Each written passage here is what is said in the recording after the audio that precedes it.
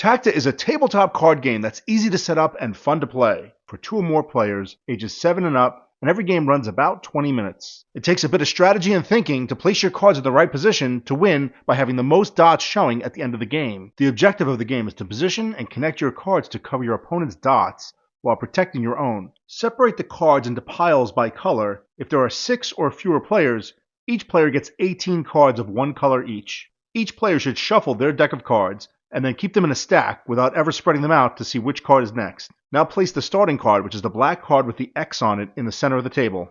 The first player will choose either the top or bottom card of their deck, and then position it on top of the starting card so that the shapes match up. Then the next player goes, and they place one of their cards, either the top or bottom one in their pile, on top of one of the cards on the table. It could either be another spot on the starting card, or they can cover one of the spots on the first player's card. As long as the shapes match, they can place it there. The idea is that wherever they place the card, the white lines still match up. You cannot place a card if it doesn't overlap the white lines perfectly. When placing your card, even if it fits perfectly on top of a card you're covering, if it obstructs another card, it cannot be placed there. You want to be strategic in placing your cards so that you'll show as many of your dots as possible while covering your opponent's dots.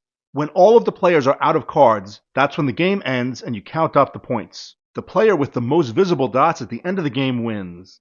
In this example, the green player has 8 points because there are 8 dots showing, while the orange player got 0 points because all of their dots were covered up. And that's how to play Tacta.